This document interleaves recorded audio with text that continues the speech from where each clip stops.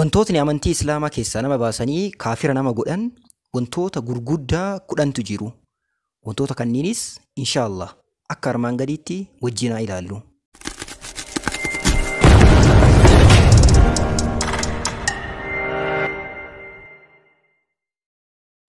Bismillahirrahmanirrahiim. Assalaamu alaykum wa rahmatullahi wa barakaatuh.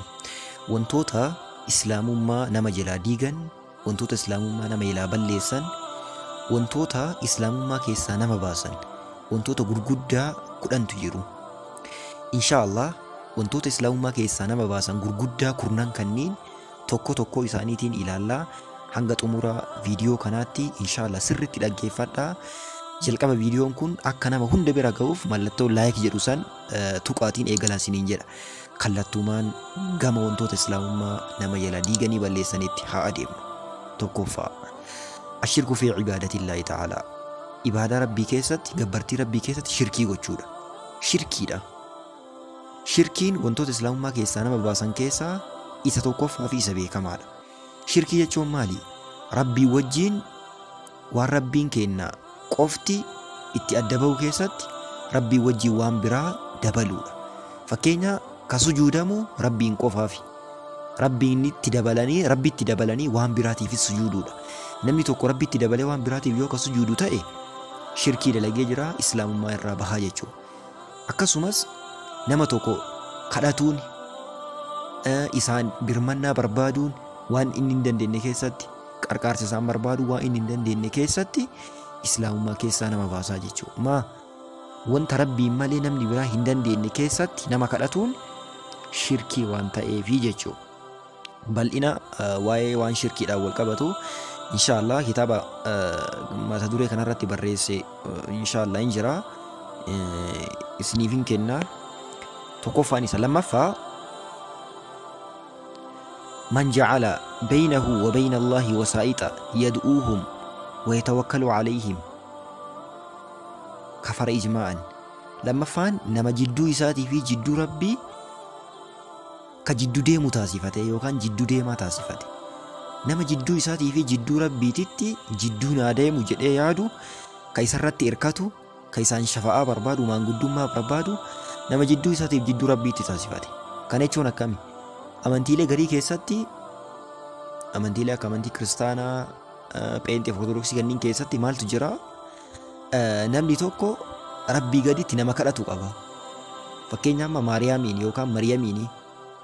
Maariyaamiin rabbii gaditti Ortodoksiin fakkeenya ni kadhatani. Jara namaa kadhatanii isiin rabbii miti, isii uumamtuudha yoo jedhanii gaafatanii maal jedhanii? Nu isii kadhataa hin jirru. Nu wanti isii kadhannuufi wanti isiidhaaf sujuudnuufi fotoo isiitiif wanti nuti sujuudnuufi isiin rabbiin biraa waan nu kadhannu kana nuuf haa geessituufi maanguddummaa nu haa dhaabattuufi indittaan maalladanna'u jedhanii nu haa ammaalladduuf yookaan maanguddummaa nuuf haa dhaabattuuf jenneetiin isii kadhanna malee nu isii gabbaraa hin jirru jedhanii. Namni jidduu isaatiif jidduu rabbiitti nama akkanaa taasifate, nama jidduun adeemu jedheetiin nama yaadu namni taasifate Islaamummaa irraa baha akka amantiitti. Maa jennaan namni tokko akka Islaamummaatti, akka amantii Islaamaatti ofuma isaati rabbiin kadhachuu qaba malee nama biraa ka jidduu isaatiif jidduu rabbii deemu taasifatuun haraama dhoorgamaadha jechuudha. Sadaffaa man lam yukaffir ilmushrikiina aw shakka fi kufriin aw sahhaha madhhabahum kafar. Namni warra mushrikaa kanaan, warra kaafiraa kanaan kaafira hin jedhiin, warra kiristaanaa kanaan kaafira namni hin jedhiin. Takki ammoo amantiin warra kiristaanaa kunuu sirriidha namni jedhe amantii irraa baha. Amantiin dhugaa tokkocha qofa. Innis Islaamummaadha. Kan rabbiin irratti nama uume. Amantii kanaan ala amantiin biroo kan jiru sirriidha namni jedhee yaade amantii keessaa baya. Maa jennaan dhugaan lamaa miti ka jiru. Dhugaan tokkocha. Takki amantii warra kiristaanaa kunillee dhugaa ta'uu hin oolu. Fakkeenya namni gariin maal jedhaa? Yaa amantiin isaaniillee isaaniif dhugaadha. Sirriidha amantiin isaaniillee jedhee namni dubbatu namoonni gariin ni jiran. Wanti akkana dogongora. Amantii keessaa nama baasaa jechuudha. Maa jennaan dhugaan takkattii qofa. Isinillee Islaamummaadha. Kan rabbiin nama ilma nama hunda irratti uume jechuudha. Kanaaf nama kaafiraatiin, nama mushrikaatiin maal jechuu qabna? Kaafira jechuu qabna. Warra fakkeenya warra abbaa gadaa jedheetiin waaqeffataa ta'eetiin warra jala deemu kana karaan sirriin kana yoo ka jennu ta'e islaamummaa keessaa baana. Osoo amantii kana keessa jirra jennee ofii yaadnu amantii kana keessaa bahuu dandeenya jechuudha. Kanaaf maal ta'uu qabna? Isaaniin kaafira jechuu qabna. Wanti islaamummaa malee jiru martuu kufriidha bakka. Afraffaa man i'taqada anna ghayra hadii nabii sallallahu alaihi wasallam akmalu min hadihi. Namni karaa nabii Muhammad malee jiru karaa sirriiti namni jedhee yaade. Takki ammoo murtii nabii Muhammadii malee jiru, murtiin quraanaaf hadiisa malee jiru jechuudha. Murtii sirriitii namni jedhee yaade namni akkanaa kaafira ta'a. Fakkeenya namoonni seerri mootummaadhaa seera quraanaa caala jedhee namni yaadu, murtiin mana murtiitti mootummaa murteessu murtii quraanaaf hadiisaa caala jedhee namni yaade islaamummaa keessaa ni baya. Maa jennaan murtiin caaltuu murtii quraanaaf hadiisaati. Jechi dhugaa, jechi caaltuun jecha nuti jecha rabbii olaaneeti. Sababa kanaaf jecha akki nu yaaduu qabnu akkamii karaan caalaan, karaan cimaan, karaan filatamaan karaa nabii Muhammad. Murtiin illee murtiin cimaan, murtiin filatamaan murtii nabii Muhammadiiti jennee yaaduu qabnaa jechuudha. Shanaffaan man abghada shay'an mimmaa jaa'a bihi rasuulu sallallahu alaihi wasallam walaw amila bihi kafar. Wanta nabii Muhammad sallallahu alaihi wasallam ittiin dhufan kana, amantii nabii Muhammad nama barsiisaa jiran kana namni jibbe osoo ittillee ka dalagu ta'e amantii keessaa ba'a. Namni jibbe fakkeenya salaatuma kana jibbaa salaataa, maal abboo salaata kana kanuma nu waccanaan naqamma naamin jedheeti osoo ka yaadu ta'e namni tokko. Akkasuma mallee zakaallee birrii kanuma nu harkaa guuranii, midhaan kanuma nu harkaa fuudhanii zakaa jedhaniitiin kanuma nu rakkisanii jedhee osoo ka jibbaa ofii ammoo ka dalagu ta'e osoo ofii ni kenna ofii ammoo ni jibba. Namni tokko osoo ka akkana ta'u ta'e amantii keessaa ni bahaa jechuudha. Maa jennaan jibbuun qabu jaalatuu qabu. Jahaffaan man istahza'a bishay'in min diini rasuuli sallallahu alaihi wasallam aw thawaabillahi aw ciqaabihi kafar. Namni diinii nabi Muhammadiittiin dhufanii ummata barsiisan kana namni itti qoose, takki sawaaba isaatti takki ammoo qixaata isaatti namni qoose ni kafara. Kana jechuun akkami? Fakkeenya warra re'ee dheeressu kanaan maal jedhaa? Re'eedhaan tanniin jedhaa. Wanti akkana islaamummaa keessaa nama baasa.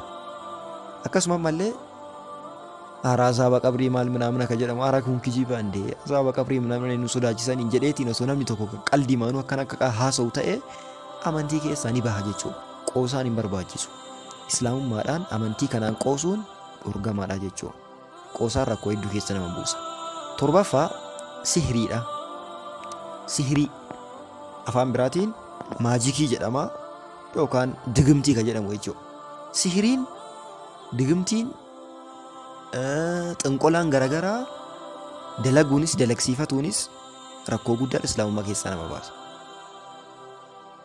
Namni sihirii dalagu ka dalagsiifatu dhugoomseetiin isa jala deemaa jira. Ka dalagu shirkii guddaa waliin dalagaa jira. Ka dalagsiifatullee shirkii guddaa isa waliin dalagaa jira. Sababa kanaaf jecha sihiriin illee maajikiin wanti jedhamu abbaan manaa fa'aa fakkeenya haati manaa fa'aa keessattuu abbaan manaa akka isii jaalatuuf jetteeti wanti isiin dalagdu. Takki ammoo qabeenya wayii argatuudhaaf jedhee sabsibee jedhanii naannoo gariitti wantoonni namoonni akkana dalagan kun islaamummaa keessaa nama baasaa jechuudha. Qoosaadhaa miti wantoonni akkana eeggatuu qabna sirriitti. Kanaaf sihiriin illee islaamummaa keessa wantoota nama baasan irraa waan ta'eef irraa fagaatuu qabnaa jechuudha. Saddeetaffaan mudaaharatul mushrikiina wa mucaawanatuhum alal muslimiin. Mushrika qarqaaru eenyuun irratti? Muslima irratti. Fakkeenya muslimaa fi mushrika jidduu waraana jiraa jennu.